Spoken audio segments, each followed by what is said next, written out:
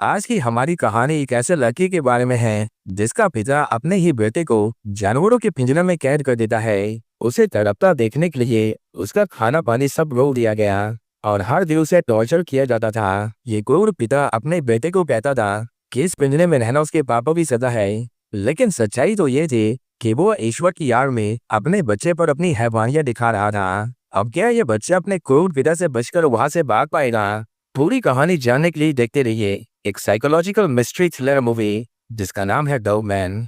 इस कहानी की शुरुआत में हम डगलस नाम के एक आदमी को देखते हैं जो पुलिस नाके पर अपने साथ ढेर सारे डॉग्स की तस्करी करते हुए पकड़ा जा रहा है। डगलस को बहुत चोटें आई थी, मानो कि जैसे गुंडे मवालियों के गिरोह ने उसे बहुत पीटा था। डगलस से काफी पूछताछ होती है, लेकिन उसका केस सबकी समझ से बाहर था। इसलिए आधी रात को इस केस को डॉक्टर एवलिन को ट्रांसफर किया जा रहा है, जो पेशी से एक साइकियाट्रिस्ट थी। एवलिन डगलस से मिलने जा रही है और उसे पूछती है कि तुम अपने साथ इतने सारे डॉग्स को कहाँ ले जा रहे थे, जिस पर डगलस उसे जवाब देता है कि ये डॉग्स मेरा परिवार है।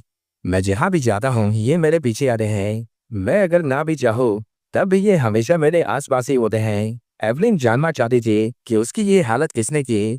डगलस जानता था कि अगर उसने आधी बात बताई तो बाकियों की तरह वो भी उसे पागल समझेगी, इसलिए वो शुरुआत अपने बचपन से करता है। वो कहता है कि उसके पिता एक बेरहम इंसान थे। जब डगलस 9 साल का था तब उसने अपने पिता को पालतू कुत्तों को आपस में लड़ाई करवाते हुए देखा। वो उन जानवरों को कई दिनों तक भूखा रखता था ताकि वो डॉग्स अन्य के तिनके के लिए भी आपस में लड़ मर बैठे, और वो ये करता था सिर्फ अपने मजे के लिए। डगलस का भाई भी बिल्कुल अपने बाप पर गया था और उन दोनों के अंदर इंसानियत नाम की कोई चीज नहीं थी, लेकिन डगलस उनके जैसा नहीं था। उसे उन जानवरों से लगाव था और वो डॉग्स भी डगलस से बहुत प्यार करते थे। एक दिन वो उन डॉग्स को खाना खिलाता है जिसे उसके पिता ने कई दिनों से भूखा रखा था।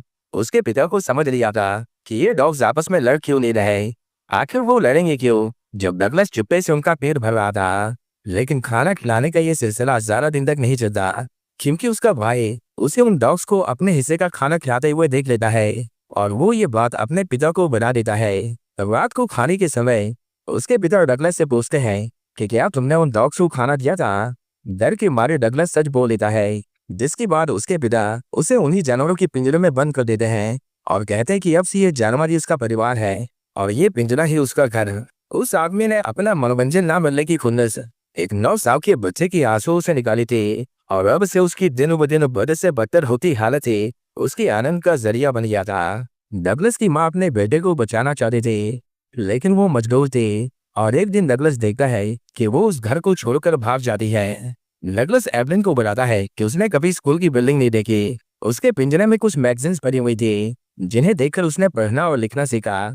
एवलिन को ये जानकर बड़ी हैरानी होती है कि डगलस उस पिंजरे में कई सालों तक रहा, इतने सालों तक कि उसे उसकी गिनती भी याद नहीं थी। उसकी माँ के जाने का दोष भी उसके पिता डगलस पर डालते हैं और अब जो उसकी हालत और भी खराब होती जा रही थी। डगलस का भाई उसे कहता है कि तू ईश्वर की कोई भी बेर है तो बस प्रार्थना कर, क्योंकि तेरे पापों की सजा सिर्फ मौत है। एवलिन उससे पूछती है कि अगर उन लोगों ने तुम्हें इस तरह कैद किया था तो तुम उस पिंजरे से बाहर कैसे निकले। जिस पर डगलस उसे बताता है कि एक दिन एक मदर डॉग ने कुछ बच्चों को जन्म दिया था। मैंने उन्हें अपने पिता और भाइयों के नजरों से बचा कर रखा, लेकिन एक दिन उसके भाई ने उन बच्चों को अपनी माँ का दूध पीते हुए देख लिया और उसने फिर से वही किया जो वो हर बार करता था। उसने डैड को उन बच्चों के बारे में बता दिया।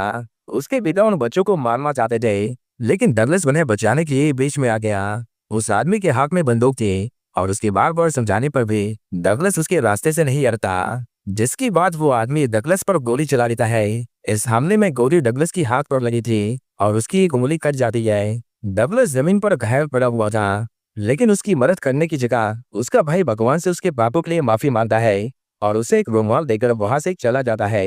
डगलस इतने सालों से उन दोस्त के साथ रहकर उनसे बात करना सीख गया था। वो उनमें से एक को पुलिस कार की तस्वीर दिखाता है और उसे कहता है कि इस कार के पास मेरी कटी हुई उंगली लेकर जाओ और उन लोगों को यहाँ तक लाओ। डॉग अपनी सूझबूझ का इस्तेमाल करके पुलिस को ढूंढ लेता है, जिसके बाद पुलिस उसका पीछा करते हुए डगलस के घर आती है। उसे पिंजरे में कैद देखकर तुरंत एम्बुलेंस बुलाई जाती है और डगलस के पिता और उसके भाई को पुलिस के द्वारा अरेस्ट कर लिया जाता है। डगलस एवलिन को बताता है कि वो उसकी जिंदगी का सबसे अच्छा दिन था, लेकिन और भी अच्छा होता अगर उस गोली का एक टुकड़ा छिड़क कर उसके स्पाइन से न रखवाता। डगलस बस उसे गोली की वजह से हमेशा हमेशा के लिए अपाहिज हो गया था और डॉक्टर्स ने उसे बताया कि उसका बोन मैरो धीरे धीरे खत्म हो रहा है, जिसका मतलब था कि वो एक आम इंसान की तुलना में बहुत कम ही जी पाएगा। इतने बड़े अपराध के लिए डगलस के जालिम पिता को 20 साल और उसके भाई को 12 साल की सजा सुनाई गई। दूसरों को पिंजरे में रखने वाले आदमी को जब खुद जेल में रहना पड़ा तो वो इस बात को बर्दाश्त नहीं कर पाया और डगलस के पिता ने 2 साल में ही सुसाइड करके अपनी जान दे दी। दूसरी तरफ उसका भाई, जिसे 12 साल की सजा हुई थी, उसे उसके अच्छे व्यवहार के लिए 4 साल की माफी दे दी और वो 8 साल में ही जेल से रिहा हो गया। लेकिन उसकी ये खुशी ज्यादा देर तक नहीं टिकती, क्योंकि डगलस की पाली हुए डॉग्स, वही डॉग्स जिसके साथ उसे कैद किया गया था, वो उसके जेल से बाहर आते ही झुंड बनाकर उस पर हमला कर देते हैं और उसका भाई एक दर्दनाक मौत मारा जाता है, जो शायद वो डिजर्व भी करता था। एवलिन जानना चाहती थी कि उसकी ये हालत किसने की, कौन है जिससे तुम उस रात बचकर भाग रहे थे। इसके बाद हमें फिर से एक फ्लैशबैक दिखाया जाता है, जहाँ हम एक लड़की को देखते हैं जो डगलस से मिलने आया था। वो लड़का उसे कहता है कि शहर में एक नया गैंगस्टर आया है और वो कमजोर लोगों से जबरदस्ती हफ्ता वसूली करता है। शुरुआत में हमें उसे पैसे देने में कोई दिक्कत नहीं थी, लेकिन अब वो हर हफ्ते वसूली की रकम बढ़ाता जा रहा है। डर के मारे मेरी आंटी को अपने पुराने सामान को बेचकर उसके हफ्ते के लिए पैसे जोड़ने पड़े, लेकिन हमारे पास अगले हफ्ते के लिए पैसे नहीं बचे हैं और अगर हमने उसे पैसे नहीं दिए तो उसकी गुंडे हमें नुकसान पहुंचाएंगे। डगलस कहता है कि तुम डरो मत, मैं कुछ करता हूँ। वो उसे निश्चिंत होकर घर जाने को कहता है। अगले दिन हम उस वसूली माफिया को देखते हैं और डगलस को इसी आदमी को कड़ा सबक सिखाना था। उसके इशारा करने पर एक डॉग अपने मुंह में फोन पकड़े हुए उसकी बाह में घुस जा रहा है और पीछे पीछे डगलस एक और डॉग को भेजता है जिसके जबड़े मजबूत और दांत नुकीले जाए। छोटे वाला डॉग उस फोन को उस माफिया बॉस के टेबल पर रख देता है और उसे डगलस से बात करने को कहता है। बॉस जैसे ही फोन उठाता है, वो नुकीले दांतों वाला डॉग उसके प्राइवेट पार्ट को अपने मुंह में दबा लेता है। इस तरह डगलस ने उसे अपने निशाने पर सांध दिया था और वो उस माफिया बॉस से कहता है कि तुम्हें जिससे वसूली करना है करो, लेकिन उस लॉन्ड्री वाली औरत से पैसे मत लेना। वो उसे इस डील के लिए हाँ बोलने को कहता है, नहीं तो उसका डॉग उसके प्राइवेट पार्ट को चबा जाता। डर के मारे माफिया बॉस उसका ऑफर एक्सेप्ट कर लेता है और कहता है कि मेरे लोग आइंदा उस औरत को परेशान नहीं करेंगे, जिसके बाद डगलस के डॉग उसकी जान बख्श देते हैं। डगलस ने उसे सबक तो सिखा दिया था, लेकिन इस तरह उसने एक नया दुश्मन बना लिया है। एवलिन पूछती है कि तुम्हें रेस्क्यू करने के बाद एक केयर होम में भेजा गया था, वहाँ तुमने कोई दोस्त नहीं बनाए? जिस पर डगलस उसे जवाब देता है कि मुझे एक पिंजरे से निकालकर दूसरे पिंजरे में भेजा गया था, वहाँ उसकी जैसे और भी बच्चे थे, लेकिन वो डरे हुए थे, जिंदगी से पिटे हुए, एकजुट होने में असमर्थ। उन्होंने बस जिंदा रहने का प्रोसेस फॉलो किया। एवलिन पूछती है, तो फिर इतने सालों में आपको किसी से प्यार नहीं हुआ? पहले तो डगलस उसे नकार देता है, लेकिन फिर वो कहता है कि हाँ, एक लड़की थी, उसका नाम सलमा था और वो मुझसे उम्र में काफी बड़ी थी। सलमा ने मुझे मेकअप करना सिखाया और वो उसे शेक्सपियर की कहानियां सुनाया करते थे। उसके साथ मैं काफी जिंदा महसूस करता था और मैं वो बन गया जो मैं बनना चाहता था। डगलस उसे कभी अपने प्यार का इजहार नहीं कर पाया, क्योंकि एक दिन वो उसे छोड़कर चली गई। सलमा एक अच्छी एक्ट्रेस थी और उसे उसकी काबिलियत के दम पर फिल्में ऑफर होने लगी। डगलस उसके ऊपर छपने वाली हर एक आर्टिकल को संभाल कर रखता रहा। उसने अपनी पढ़ाई पूरी करी और वो बस एक बार सलमा से मिलकर अपने दिल की बात कहना चाहता था। डगलस उसकी परफॉर्मेंस को देखने के लिए एक बहुत महंगी टिकट खरीदता है। भीड़ में बैठा वो शो खत्म होने के बाद जोर जोर से तालियां बजाता है, लेकिन अपाहिज होने की वजह से वो कुर्सी से नहीं उठ पाता और इतने लोगों की भीड़ में कहीं गुम हो जाता है। एक बॉडीगार्ड सलमा को बताता है कि आप पे एक बहुत बड़ा फैन आपसे मिलना चाहता है। डगलस इसके सामने आता है और उसे देखते ही सलमा उसे पहचान लेती है। उसे देखकर वो सच में बहुत खुश थी। डगलस उसे एक बुक गिफ्ट करता है जिसे उसने उसके लिए अपने हाथों से बनाया था। इससे पहले डगलस उसे कुछ और कह पाता, हम देखते हैं कि एक आदमी सलमा से मिलने आता है और उसे पता चलता है कि ये आदमी सलमा का होने वाला पति था और सलमा उसके बच्चे की मां बनने वाली थी। उसे किसी और के साथ देखकर डगलस का दिल टूट गया था और उसे उस दिन एहसास हुआ कि लोग मुझ पर सिर्फ तरस खा सकते हैं, कोई उस जैसों से प्यार नहीं करता। भला सलमा जैसी बड़ी और खूबसूरत हस्ती उसके जैसे अपाहिज लड़के से प्यार क्यों करेगी? डगलस उस दिन बहुत गुस्सा था और वो अपनी व्हीलचेयर से उठकर चिल्लाने लगता है। उसके पाले हुए डॉग्स उसे इतनी तकलीफ में देखकर अपने अपने पिंजरे से बाहर निकलकर उसके आसपास बैठ जाते हैं और उस दिन डगलस को एहसास हुआ कि इस दुनिया में उसके जानवरों के अलावा कोई उससे प्यार नहीं करता। वो फिर से बदल जाता है और इस बार वो पूरी तरह से खो गया। उसी की अगले दिन डगलस को पता चलता है कि सरकार पैसों की कमी के चलते उसके डॉग शेल्टर को तोड़ रही थी। वो सरकारी अधिकारियों को ऐसा करने से मना करता है, लेकिन ये फरमान को ऊपर से आया था। जिसके बाद एक दिन डगलस उन डॉग्स को अपने साथ लेकर उस जगह से फरार हो जाता है। वह एक विधान परी बिल्डिंग में जाता है और अब से यही उसका नया घर था। उस दिन के बाद वो दोबारा सलमा से नहीं मिला।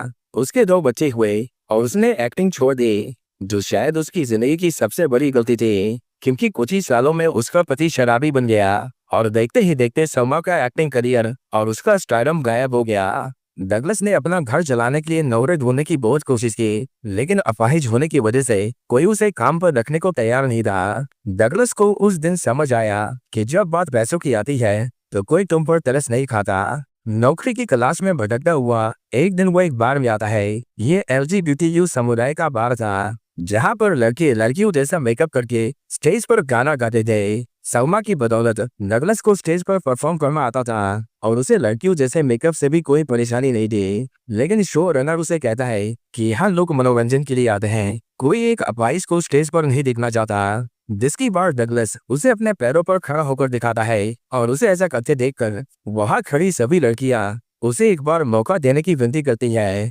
डगलस का मेकअप करके उसे शो के लिए तैयार किया जाता है। स्टेज पर जाने से पहले वो लड़कियों को बताता है कि मैं ज्यादा देर तक खड़ा नहीं रह सकता, जब मेरे पैर हिलने लगे तो तुम मुझे संभाल लेना। डगलस स्टेज पर जाता है और जब वो गाना गाना शुरू करता है तो सभी उसकी दीवाने हो जाते हैं। उसने उस दिन इतना अच्छा गाया था कि शो रनर की आंखों में आंसू आ जाते हैं। शो खत्म होने के बाद डगलस गिरते गिरते बचता है, लेकिन उसने आज सभी का दिल जीत लिया था। उस दिन के बाद वो हर फ्राइडे उस स्टेज पर परफॉर्म करने लगा और देखते देखते यही उसकी पहचान बन गई। अब क्योंकि डगलस के दोस्त उसकी हर बात मानते थे, इसलिए उसने उनकी मदद से चोरी करना भी शुरू कर दिया था। उसके डॉग हर रात किसी रईस आदमी के घर में घुस जाते और सारे कीमती सामान को साफ कर देते। शहर में चोरियों की वारदातें बढ़ती जा रही थी और जब पुलिस इस केस की छानबीन करती है तो एक पुलिस वाले को ढेर सारे CCTV फुटेज में डगलस दिखाई देता है। वो अपाहिज था, इसलिए उसे ढूंढना कोई बड़ी बात नहीं थी। उसका शक तब और पक्का हो जाता है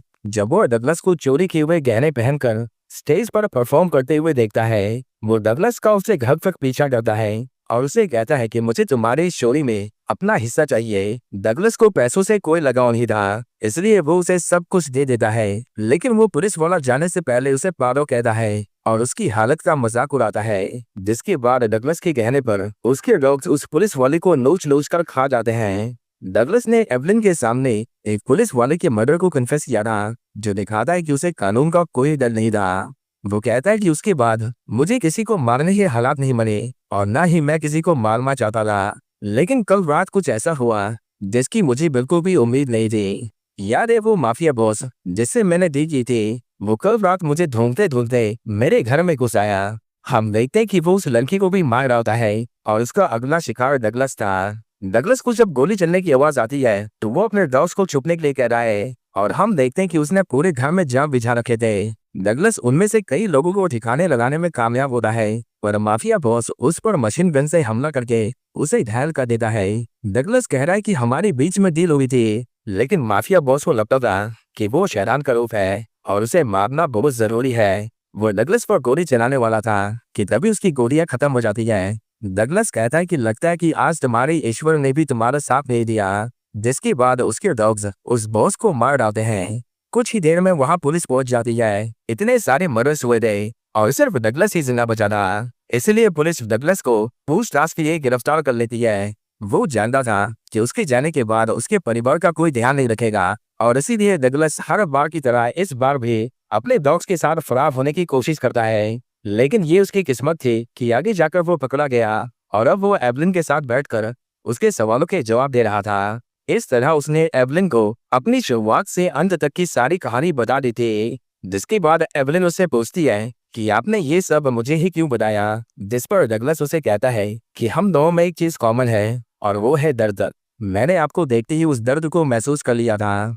एवलिन कहती है कि कानूनी तौर पर मुझसे जो मदद बन पड़ेगी मैं वो जरूर करूंगी, पर डगलस उसे कहता है कि आप पहले ही मेरी काफी मदद कर चुकी हैं, शायद मुझे ही अपने परिवार के साथ रहने का अधिकार पाने के लिए आखिरी कीमत चुकानी पड़ेगी। एवलिन वहां से चली जाती है, लेकिन हम देखते हैं कि उसके डॉग्स पुलिस स्टेशन के बाहर खड़े होकर उसे देख रहे थे।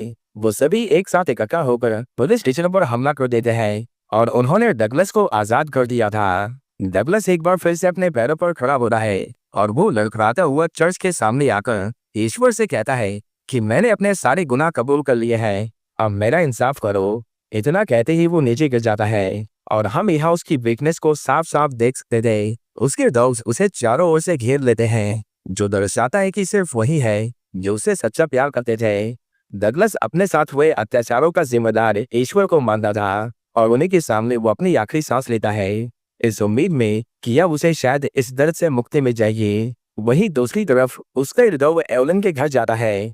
एवलिन का तलाकशुदा पति उसे टॉर्चर किया करता था और डगलस के जाने के बाद उसके डॉग्स एवलिन और उसकी बेटी की रक्षा करेंगे, जैसे कि उन्होंने उसकी की थी।